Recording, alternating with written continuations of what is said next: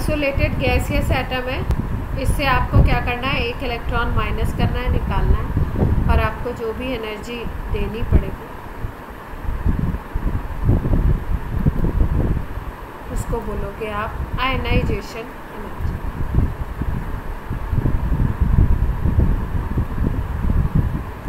हाँ, valence shell को बाहर से ही निकालते हैं वैसे। इलेक्ट्रॉन कहाँ से निकाला जाएगा, वैलेंस। ठीक, अब देखो आयनाइजेशन एनर्जी की बात कर रहे हैं तो कंपेयर करते हैं। 16 ग्रुप की अगर बात करो तो सबसे पहले कौन है, ऑक्सीजन, सल्फर, सिलीनियम, फिर टेल्यूरियम, फिर पोलोनियम। अगर 15 ग्रुप से हमें कंपेयर करना है तो 15 ग्रुप में अगर हम देखें तो कौन कौन आएंगे, यहाँ पे आ जाते हैं आपके ऑक्सीजन के एडजेसेंट में नाइट्रोजन,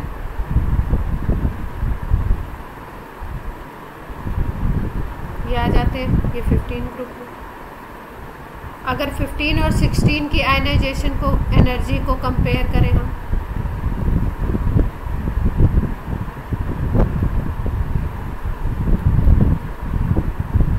जैसे अगर हम नाइट्रोजन और ऑक्सीजन की आयनाइजेशन एनर्जी को हम कंपेयर करना चाहें तो हम क्या देखते हैं कि नाइट्रोजन में कॉन्फ़िगरेशन है NH2, इस फैमिली में NP3, और इस फैमिली में आउटर कॉन्फ़िगरेशन है NH2 NP4।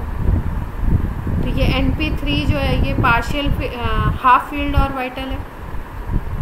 अगर इसको देखो तो 2s2 2p3 होगा इसका नाइट्रोजन का, और ऑक्सीजन का कॉन्फ़िगरेशन अगर देखो तो 1s2 2s2 2p4 होगा।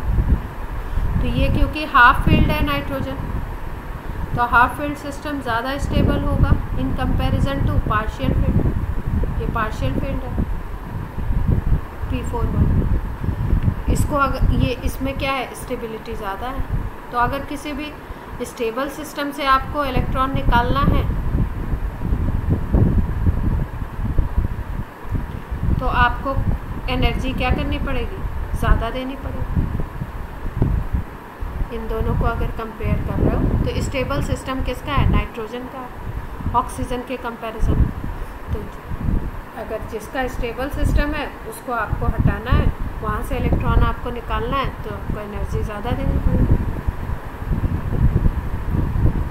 और जो लेस स्टेबल है उसमें आप थोड़ी सी एनर्जी दोगे तो क्या हो जाएगा, आपका काम बन जाएगा, इलेक्ट्रॉन इजेक्ट हो जाएगा। तो इसका मतलब क्या है, नाइट्रोजन की आयनाइजेशन एनर्जी ऑक्सीजन से ज़्यादा होगी। तो 15 और 16 को अगर कंपेयर करो तो IE किसका ज़्यादा होगा, 15 ग्रुप का।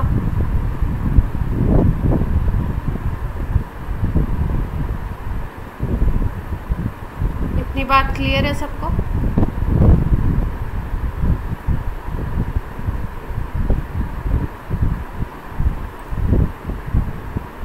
अब अगर हम कंपेयर करें टॉप टू बॉटम,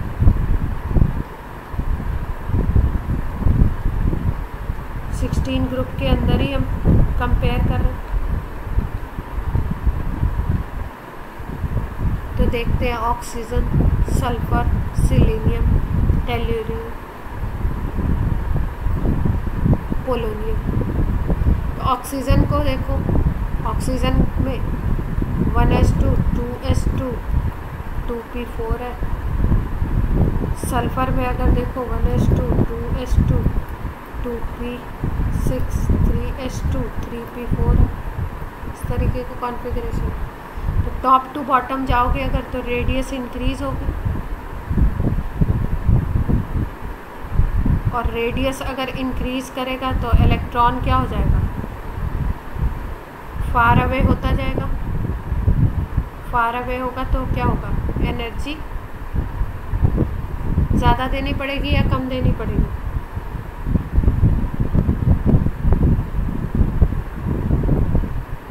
तो टॉप टू अगर बॉटम आओ तो आयनाइजेशन एनर्जी कम होगी ज़्यादा होगी।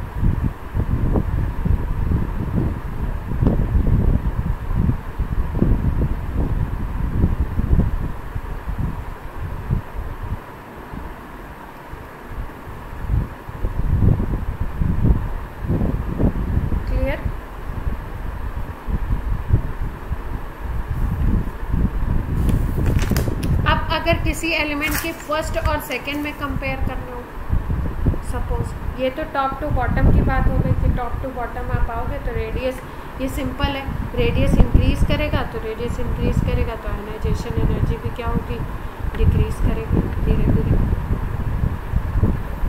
अब अगर आप फर्स्ट IE की बात कर रहे हो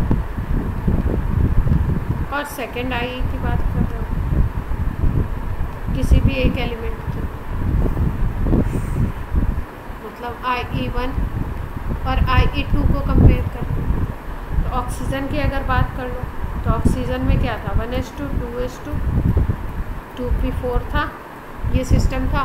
अब आपको क्या करना है, एक इलेक्ट्रॉन निकालना है इसमें से। एक इलेक्ट्रॉन जब आप निकालोगे तो ये कैसा सिस्टम बन जाएगा, 1s2 2s2 2p3 बन जाएगा। तो यहाँ पे एनर्जी को हम क्या बोलेंगे, आयनाइजेशन एनर्जी 1, और सेकेंड इलेक्ट्रॉन निकालने के लिए जो एनर्जी देते हैं उसको आयनाइजेशन एनर्जी 2 बोलते हैं। ये सेकेंड वाला इलेक्ट्रॉन है, सेकेंड निकालना है तो कहाँ से निकालना है, 2p3 से।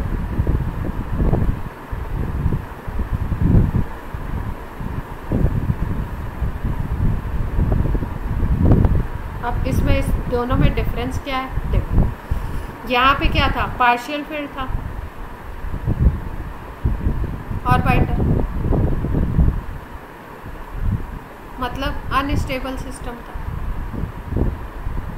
तो अनस्टेबल सिस्टम से आप क्या कर रहे थे, आप इलेक्ट्रॉन निकाल रहे थे और इलेक्ट्रॉन निकालने के बाद आप स्टेबल सिस्टम में कन्वर्ट कर रहे थे। तो एनर्जी आप दे रहे थे, कुछ सम अमाउंट ऑफ एनर्जी आप दे रहे थे, उसको IE1 बोल रहे थे। अब ये देखो 2p3 जैसे ही बना ये हाफ फील्ड हो गया, हाफ फील्ड का मतलब अब आपका सिस्टम कैसा बन गया, थोड़ा सा स्टेबल बन गया। तो जब स्टेबल सिस्टम हो जाता है तब इलेक्ट्रॉन निकालना पड़ता है। कोई भी चीज़ अगर एक बार स्टेबल हो जाती है तो फिर वो जल्दी से अनस्टेबल नहीं होना चाहती। अनस्टेबल से स्टेबल तो बनना चाहती है, सभी बनना चाहते हैं, लेकिन स्टेबल से अनस्टेबल कोई नहीं बनना चाहता। तो स्टेबल सिस्टम हो गया। अब 2p3 एक इलेक्ट्रॉन निकलने के बाद भाई ये O+ का स्टेबल सिस्टम बन गया। तो अब ये O+ में एक तो सिस्टम स्टेबल है, दूसरा इस पर पॉजिटिव चार्ज भी आ गया। तो पॉजिटिव चार्ज इलेक्ट्रॉन को क्या करेगा, अट्रैक्ट करेगा। तो स्टेबल सिस्टम से और पॉजिटिव चार्ज से फिर जब दोबारा आपको इलेक्ट्रॉन निकालना है, सेकेंड वाला इलेक्ट्रॉन, तो वो टफ हो जाएगा। ये प्रोसेस आपको क्या पड़ेगा, टफ पड़ेगा। टफ एनर्जी के टर्म्स में टफ का मतलब होता है आपको मोर एनर्जी, ठीक है। एनर्जी के टर्म्स में इजी का मतलब लेस एनर्जी, और एनर्जी के टर्म्स में टफ प्रोसेस का मतलब क्या होता है, आपका मोर एनर्जी, ठीक। तो इसीलिए IE2 क्या होगा, ज़्यादा होगा IE1 से। क्लियर है बात।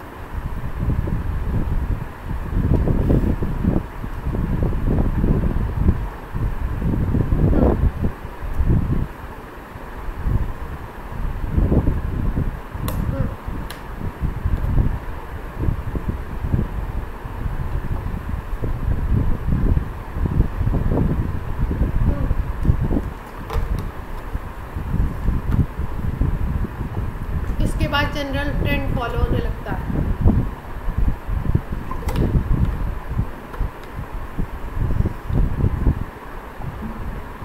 देखो नीचे जाते कई सारे इफेक्ट काम करते हैं, नीचे जाते इनर्ट पेयर इफेक्ट काम करता है, नीचे जाते मेटेलिक कैरेक्टर बढ़ जाता है।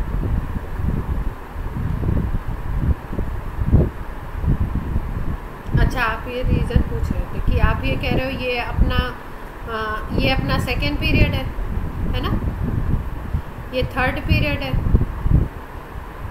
और ये आपका हो गया फोर्थ पीरियड। तो आप कह रहे हो फोर्थ पीरियड तक तो रेगुलर ट्रेंड है आयनाइजेशन। हाँ 15 और 16 को अगर कंपेयर करें, और फिफ्थ के बाद क्या हो जा रहा है, फिर कौन सा ट्रेंड आ जा रहा है,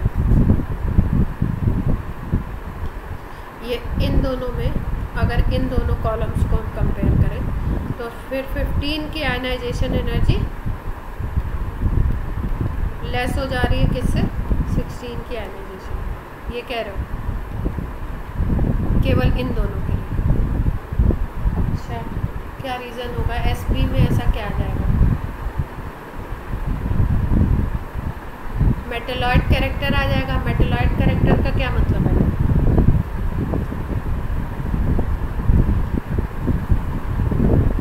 फिफ्थ से, हाँ फिफ्थ पीरियड से अपना कौन सा 4F इंट्रोड्यूस हो जाएगा। तो 4F से क्या होगा?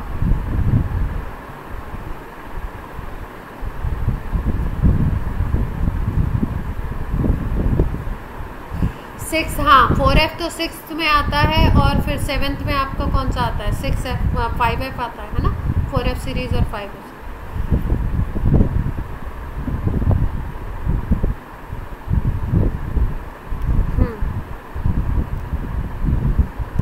हाँ इसमें तो आ जाएगा, इसमें 4F सीरीज स्टार्ट हो जाएगी क्योंकि ये 6th पीरियड है तो इसमें 4F सीरीज इंट्रोड्यूस हो जाएगी। SB और T में देखते कोई रीज़न नहीं। मेटलॉइड अगर सोचो तो मेटलॉइड कैरेक्टर इसमें भी आ गया। Metallic, non metallic. Non metallic का मतलब क्या होता है?